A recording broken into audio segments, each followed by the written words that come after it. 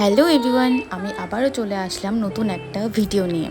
তো সেদিন সন্ধেবেলায় আমি বেরিয়েছিলাম মার্কেটে কিছু জুয়েলারি কেনার জন্য। না, আমার জুয়েলারি না, আমার শ্যুটের জন্য কিছু জুয়েলারি কেনার ছিল, তো সেগুলোই নিতে গেছিলাম।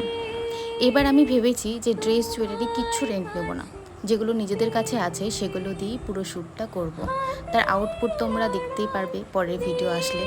লাস্টে যে দোকানটা দেখলে সেই দোকানেই আমি গেছিলাম, তো ওরাই আমাকে ওদের আর একটা দোকানে নিয়ে গেছিলো।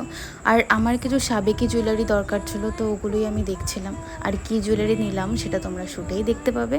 আর হ্যাঁ, জুয়েলারিগুলো সত্যি খুব সুন্দর ছিল, মানে যেরকমটা আমি চাইছিলাম ঠিক সেরকমটাই।